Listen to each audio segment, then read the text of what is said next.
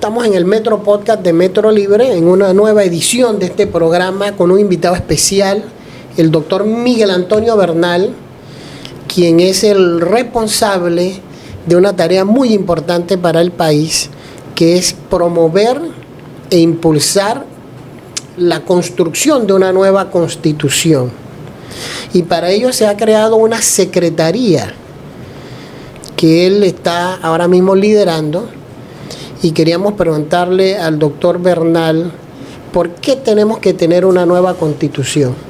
Sí, muchas gracias antes que nada, James, por la oportunidad de compartir con usted y su distinguida audiencia y colaboradores. Mire, efectivamente, mediante decreto ejecutivo 488 del mes de agosto del 24 se crea la Secretaría Presidencial para la Reorganización del Estado y Asuntos Constitucionales. Y uno de los propósitos es llevar adelante un proceso constituyente originario para darnos una nueva constitución. A su pregunta le contesto por lo siguiente. En primera instancia, porque el mundo y Panamá han cambiado en los últimos 50 años. Y nosotros estamos ante un estatuto constitucional que, por decirlo de la manera más sencilla, ya cumplió su papel. Hoy por hoy es un estatuto constitucional que no llena los requisitos de la sociedad, que sus órganos no cumplen con las funciones para las cuales fueron creadas.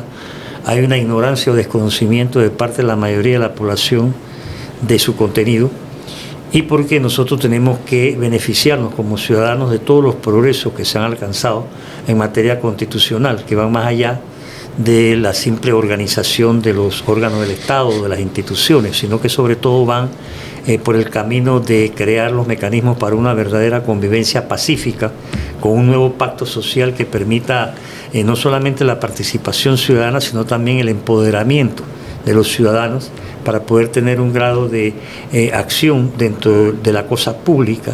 Lo que se busca es también una nueva constitución para poder llenar los vacíos que hoy tenemos en todo, tanto en políticas sociales como en políticas educativas, políticas económicas, planificación de muchas cosas, que es lo que nos está alterando, diríamos nosotros, la paz mental de amplios sectores de la población, porque Panamá es una sociedad hoy por hoy que vive una desigualdad extremadamente, diríamos nosotros, peligrosa.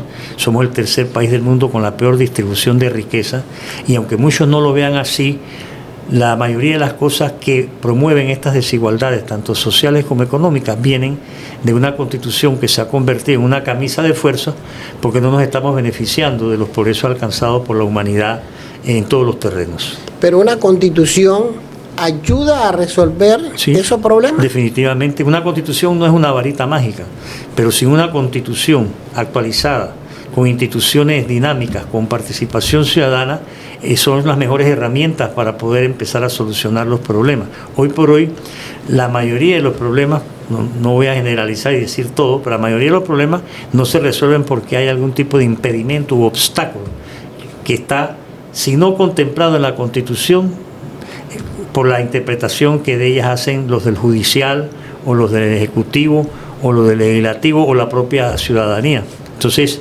nosotros vemos cómo en otras latitudes, en otras sociedades, ya se están beneficiando de toda una serie de instituciones, de toda una serie de herramientas, de mecanismos que permiten, de una u otra manera, que la ciudadanía pueda ejercer un mayor y mejor control sobre el poder político para evitar un ejercicio irracional de porque a nosotros lo que nos ha dañado, en mi opinión, en estas últimas décadas, es que el poder político ha sido ejercido irracionalmente. ¿En qué consiste esa irracionalidad? En primer lugar, en no haber querido, sabido, podido actualizar toda una serie de legislación, y por otro lado, la manera como se excluye a amplios sectores de la población, no solamente en el conocimiento y participación en la toma de decisiones que tienen que necesariamente quedarse. Entonces se busca con una nueva constitución, si me lo permite, democratizar la poca democracia que hay, es decir, profundizar en ese lo que podemos llamar ese proceso de transición que desde la dictadura a la fecha no ha terminado de darse. Pero esta irracionalidad con la que se ha gobernado significa que ha habido excesos de discrecionalidad en la toma de decisiones que tienen que ver con la vida de la gente. Definitivamente, abuso de autoridad, esta limitación de funciones, elusión, omisión, desviación de poder. La lista es larga. Pero pareciera, doctor, cuando hacemos un examen de lo que ha vivido el país, al menos desde 1990 hacia adelante, es que lo que ha ido ocurriendo en la sociedad panameña es que se han ido creando castas. Sí. Castas que se han apoderado de las universidades públicas, de los gremios, de los sindicatos, de los partidos, del órgano legislativo, del tribunal electoral, y esas castas pareciera, o es así, se han repartido los puestos, los salarios, los nombramientos, hacen canjes de nombramientos, y hay un país allá que observa y que cada elección que va pasando expresa de alguna manera ese descontento, aunque al expresar ese descontento generalmente no se produce el cambio que se debería producir. Para mí lo que usted dice es una verdad de apuño. Hay un país político y hay un país nacional. El país político son esas castas que yo llamaría feudos, sultanatos, que se han ido incrustando en la vida nacional, y el país nacional es ese que anda desempleado, que anda viviendo en pobreza, extrema pobreza, ese que tiene sectores que no le importa con lo que pasa porque se han ido, diríamos nosotros, desencantando. Es ese sector que no recibe la educación que corresponde, o la recibe en forma incompleta o no la recibe del todo. En ese sector, por ejemplo, los pueblos originarios absolutamente abandonados a su suerte, y la lista también es larga en ese tipo de cosas. Entonces, ¿cómo hacemos para que esa división, esa zanja, ese abismo que hay entre el país político y el país nacional empiece a reducirse? Hombre, tienes que irte a la raíz del problema. ¿Y cuál es la raíz del problema? La Constitución, aunque muchos no lo quieran ver así, porque te dicen, no es la Constitución, es la gente. No, pero es que la gente trabaja dentro de un determinados parámetros que vienen fijados por ese contrato que se llama Constitución.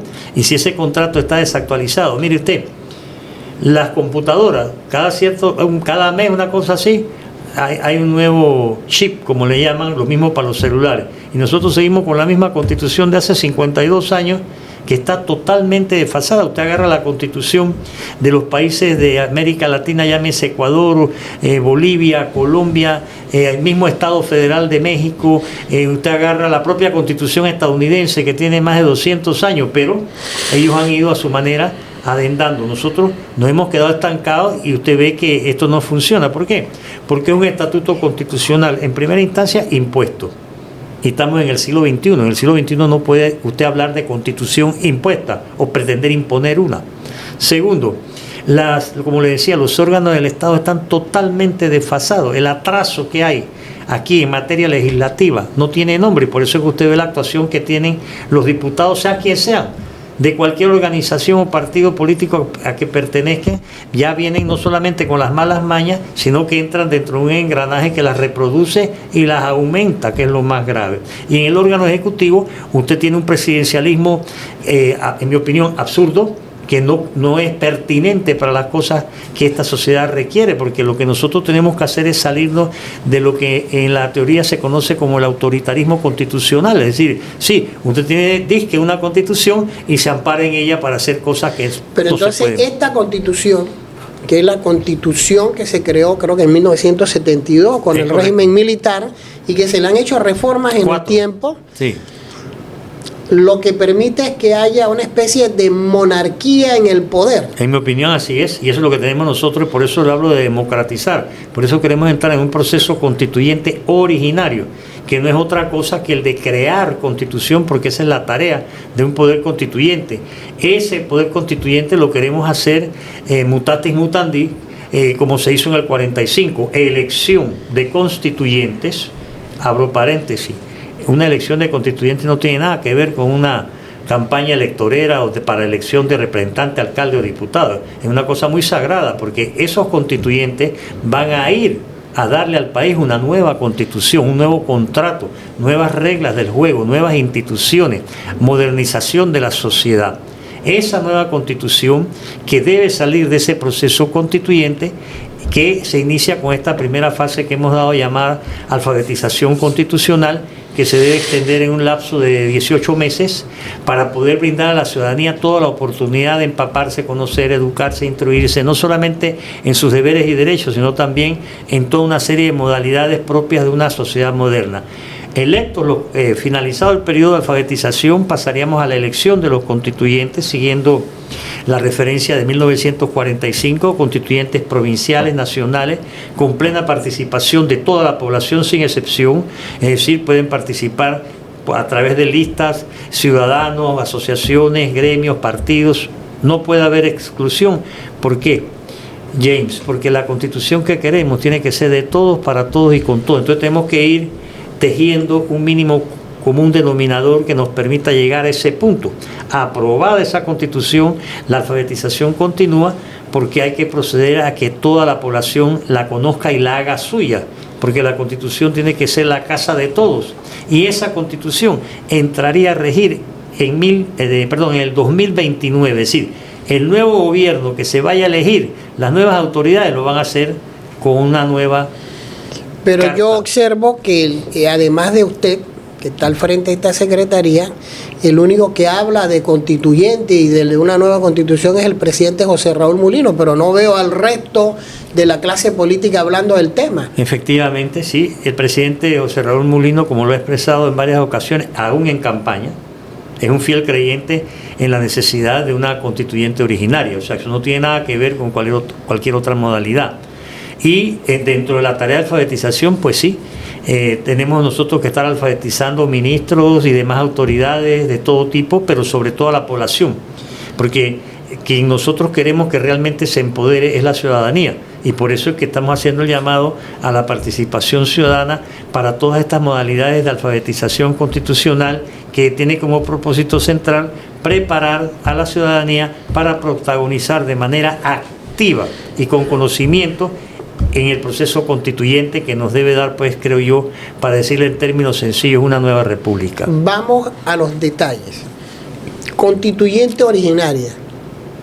Tradúcamelo en 3, 4 palabras, porque me llaman personas y piensan que la constituyente originaria se instala y se convierte en gobierno. No, casualmente lo primero que hay que tener presente cuando se habla de un proceso constituyente originario es que no es un proceso de improvisación. La teoría y la doctrina y la historia de la constituyente tiene más de 200 años. En más de 200 países, de una u otra forma, sus constituciones son el resultado de procesos constituyentes que van a depender de cada una de las características de esas sociedades. Los procesos constituyentes más recientes, en todos lados donde se han dado, han producido más beneficios que situaciones negativas. Y entonces nosotros en este proceso constituyente tenemos que ver todas las modalidades de educación, instrucción, porque de nada nos sirve pretender darnos una nueva constitución con una población que no tiene los conocimientos básicos en primera instancia de sus derechos y sus compromisos como ciudadanos. ¿Qué es lo que queremos, James? Queremos mejores ciudadanos. Pero para tener mejores ciudadanos nosotros tenemos que tener las condiciones para ese propósito. Pero tiene que haber mejor educación. Definitivamente. Entonces por eso es que arrancamos con la alfabetización constitucional. ¿Por qué la alfabetización? Porque alfabetización es educación, alfabetización es instrucción, alfabetización es participación. Y la participación, en mi opinión, en las actuales circunstancias, es uno de los mecanismos más propicios para combatir la corrupción y la impunidad. Por eso es que muchos no quieren ni siquiera que se alfabetice.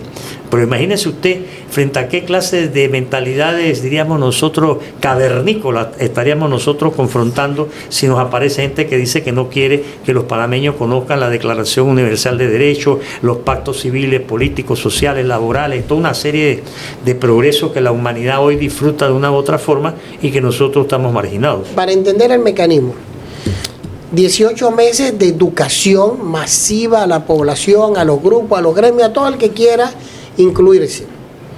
Una vez termina esa educación que usted ha identificado como alfabetización, que asumo que será en abril o mayo del otro año, ¿cómo se van a elegir esos constituyentes y cuántos son? Se tiene que aprobar una ley, pasa por el gabinete, pasa por la asamblea. En la medida en que nosotros nos estamos apoyando en el principio que señala que el poder público solo emana del pueblo, y este es un proceso constituyente, luego de ese periodo de alfabetización, que aun cuando se le ponga fecha de término en esta fase inicial, no debe culminar, ¿verdad? La alfabetización llegó o debe llegar para quedarse.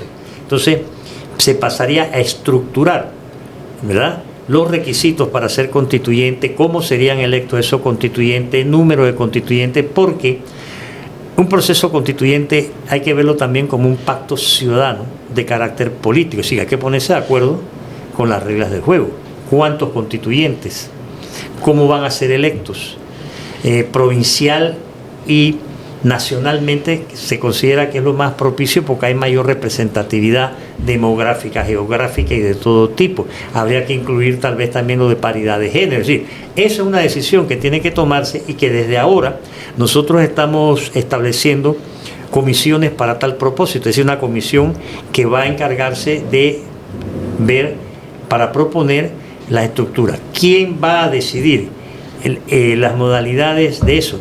No puede ser la Asamblea Legislativa, porque no puede el Poder Constituyente constituido ponerle trabas o límite al Poder Constituyente originario. Entonces eso tiene que ser un acuerdo ciudadano que nos lleve a esa elección de constituyentes en la cual, se lo digo con toda franqueza, no podemos hacerlo con las actuales normas que están establecidas en el Código Electoral, porque esas son normas para la política partidista y no para lo que es una plena participación ciudadana. Pero habría que crear una ley, o lo aprueba el gabinete, o igual tiene que ir a la Asamblea. En mi opinión, se puede hacer perfectamente bien como se hizo en el 45, vía decreto ejecutivo. Es decir, un decreto presidencial, o decreto de gabinete que establezca estas modalidades de requisitos, porque hay que ponerle requisitos a los que quieran ser constituyentes. Quiénes pueden y quiénes no pueden, porque no vamos nosotros a dejar que vengan los mismos de siempre. Exactamente, y con las mismas. Entonces, en eso tenemos que ser creativos. De ahí la importancia de la participación ciudadana. Es que sin participación ciudadana esto no va a avanzar. Cuando se termine la alfabetización inicial, se establezcan las reglas, se elijan los constituyentes, ese grupo de constituyentes va a tener un documento base que se le va a presentar. Sí. Ya también se ha creado una comisión, porque simultáneamente a la alfabetización constitucional tenemos que ir haciendo las investigaciones, las recopilaciones, etcétera. Entonces ya se está configurando una comisión de académicos y ciudadanos que van a, en primera instancia, no a redactar una nueva constitución, sino a ver en primera instancia los temas que requieren o que requerirían estar en esa nueva constitución, y de aquí a la elección de los constituyentes previamente se presentaría un proyecto o borrador, como se hizo en el 45, que fue la labor de José Dolores Moscote, Ricardo J. Alfaro y Eduardo Chiar, es decir, presentar un proyecto. ¿Cuál es el propósito hasta ahora? Pero todo esto son borradores. Se redactaría un proyecto que serviría para que la ciudadanía, antes de elegir constituyente, lo conozca, y al momento de ir a votar por los constituyentes lo hagan con lo que se conoce hoy en día como un compromiso programático. Es decir, que usted, James Aparicio, va de candidato a constituyente y él tiene que decirle a los electores: yo voy a ir a defender esto y esto. ¿Me explico?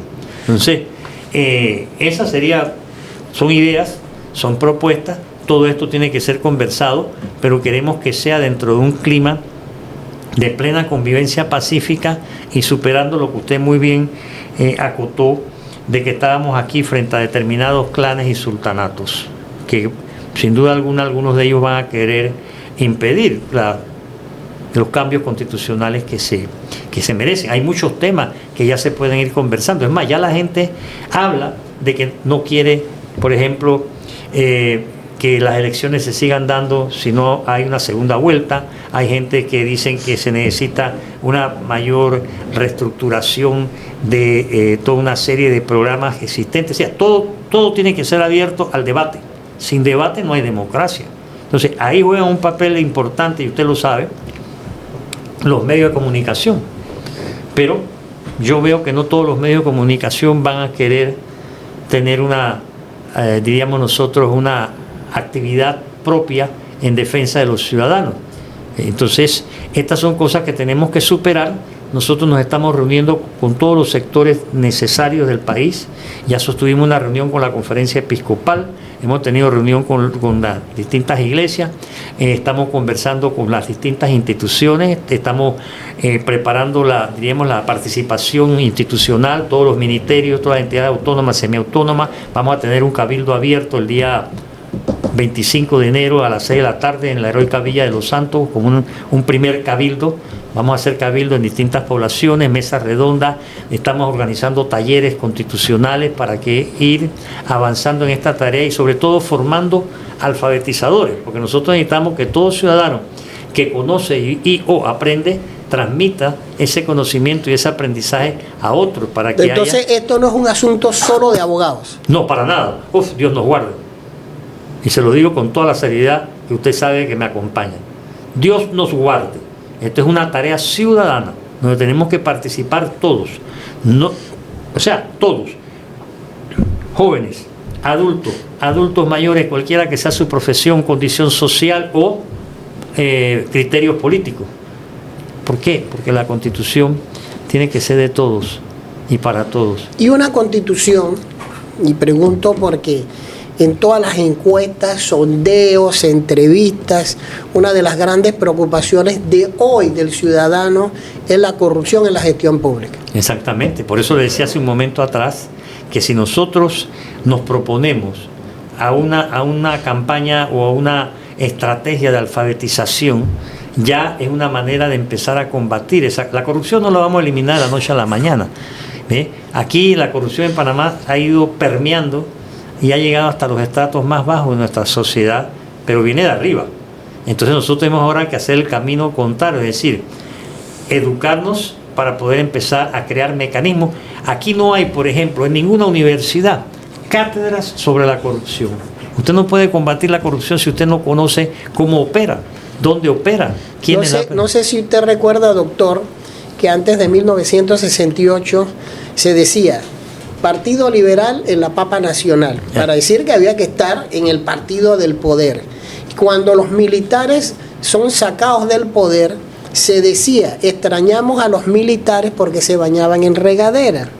Y en democracia, el discurso ahora es, ¿qué hay para mí? ¿Cómo una constitución puede, por lo menos, enfrentar esas cosas? Porque lo que estamos viendo es que cada 5 años se conocen de casos de corrupción, de mal manejo de las finanzas públicas, de licitaciones con sobreprecios, de actuaciones delictuosas de los funcionarios, pero es un círculo vicioso donde al final no ocurre nada. Definitivamente, por eso le decía que en la medida en que nosotros establezcamos, desarrollemos mecanismos de control ciudadano sobre el poder político, en la medida en que nosotros seamos más exigentes en materia de transparencia, en materia de rendición de cuentas, por ejemplo, ¿cómo es posible que aquí estamos en el 2025 y en Panamá no hay un solo observatorio ciudadano para darle seguimiento a X, Y o Z institución? No hay veeduría ciudadana que ya existían en la época colonial. El rey mandaba a un veedor a que fuera a ver si el gobernador se estaba portando bien o no. Aquí no hay eso. El ciudadano está en una actitud, diríamos nosotros, abúlica, en una actitud de esperar a ver qué se hace por él, en vez de pensar qué puede hacer él y por el resto, porque aquí se ha exiliado la solidaridad social. Aquí diríamos esa proclividad humanista a ser un ente samaritano lo han ido borrando. ¿Por qué? Porque es lo que más le conviene a la corrupción. Y lo más triste es que la ciudadanía no sabe qué hacer cuando ve un acto de corrupción, porque, por ejemplo, usted va y denuncia, por lo menos hasta ahora, hasta el 2 de enero, usted iba a la fiscalía a denunciar un acto de corrupción y usted corría el riesgo de ser el que quedaba investigado por toda una serie de fiscales corruptos. Entonces, todas estas cosas tienen que salir a la luz pública para empezar a cambiarlas y para ir buscando los mecanismos de contención, al menos, que nos permitan, porque la corrupción está demasiado fortalecida por la bulia ciudadana. Por eso le damos una importancia vital a la participación, no solamente en el proceso de alfabetización. ¿Y usted cree que lo dejen llegar hasta el final en este propósito de tener una nueva constitución? Sí, gracias por la pregunta. Mire, yo lo que menos pretendo es dejar que esto se convierta en un trabajo de Sísifo. Esto tiene que ser un trabajo colectivo, comunitario, de quienes estamos de acuerdo en todo y los que no estamos de acuerdo en nada. Tenemos que, por encima de nuestras diferencias, salvar el país, porque se trata del país, más en estas actuales circunstancias. La alfabetización constitucional tiene que servir también como un instrumento de cohesión de nuestra identidad nacional, que está muy golpeada. Pero para ello tenemos primero que rescatar la dignidad de la persona humana. Y en esa misma medida nosotros vamos a poder rescatar la dignidad nacional que hoy por hoy está abiertamente amenazada de dentro y de fuera. Entonces esto significa que este no es la constitución de Miguel Antonio Bernal, no. La constitución hecha a la medida de José Raúl Mulino. No, para nada. Eso no faltará quienes traten de vender esa falsa idea, pero no. Esta constitución es de todos. Tiene que ser de todos. El papel de este servidor como coordinador de la Secretaría Presidencial es justamente tratar de avanzar todo lo que podamos, pero yo ni tengo una constitución nueva en el bolsillo, porque yo espero que entre todos se haga, y ni el presidente Mulino tampoco, como leí por ahí que alguien decía que él ya tenía la constitución lista y le iba a imponer, etc. No, ese tipo de cosas tenemos que ser un poquito más, diría yo, sensatos y menos pesimistas. Yo creo que tenemos que abrirle el espacio al optimismo de la voluntad que se requiere para la realización de una tarea que es histórica. Darse una nueva constitución es algo verdaderamente valioso y yo diría hasta precioso, en donde deben participar desde los niños hasta los adultos mayores. ¿Y esto no crea inestabilidad e incertidumbre? Para nada, todo lo contrario. Mire, siempre, y he venido por años diciendo, siempre que se habla de un cambio constitucional necesario o de una constituyente, salen las voces agoreras de decir que la incertidumbre, que la inestabilidad, que la quiebra. Mire, no hay cosa que dé más garantía, ¿verdad?, de seguridad, sobre todo ciudadana, no solamente seguridad jurídica, seguridad ciudadana en todo sentido, ¿no?, que un proceso democrático como lo es un proceso constituyente originario. Nosotros, a través de este proceso constituyente originario, podemos ir forjando esa seguridad jurídica que hoy está ausente, podemos ir forjando esa participación ciudadana que se requiere. Hablar de incertidumbre e inestabilidad más de la que ya tenemos. Hoy por hoy, si nosotros hacemos un diagnóstico, una radiografía, un escáner de lo que hay en la sociedad, hay un malestar social creciente, hay una desconfianza, una incredibilidad, una decepción, que viene como acumulación de muchos lustros de engaños, ¿verdad?, que se han venido practicando y que hoy desbordan a la propia sociedad. Entonces, un proceso constituyente, lejos de crear incertidumbre, debe producir la certeza de que vamos a ser capaces de caminar por senderos de paz, de convivencia pacífica. Nosotros no podemos dejar ni una rendija a la violencia en las actuales circunstancias, ni a la violencia física que se pueda dar de confrontaciones callejeras, ni tampoco a la violencia que puede emanar de determinadas autoridades que abusan o se extralimitan en sus funciones, sea quien sea, sean autoridades electas a nivel municipal, a nivel circuital o a nivel provincial o nacional. No se puede. Por eso es que tenemos que democratizar. Y por eso es que yo creo que la participación de todos, nosotros hemos abierto por ejemplo, un correo de sugerencias cdpa@gmail, para que la gente vaya expresando su sentir.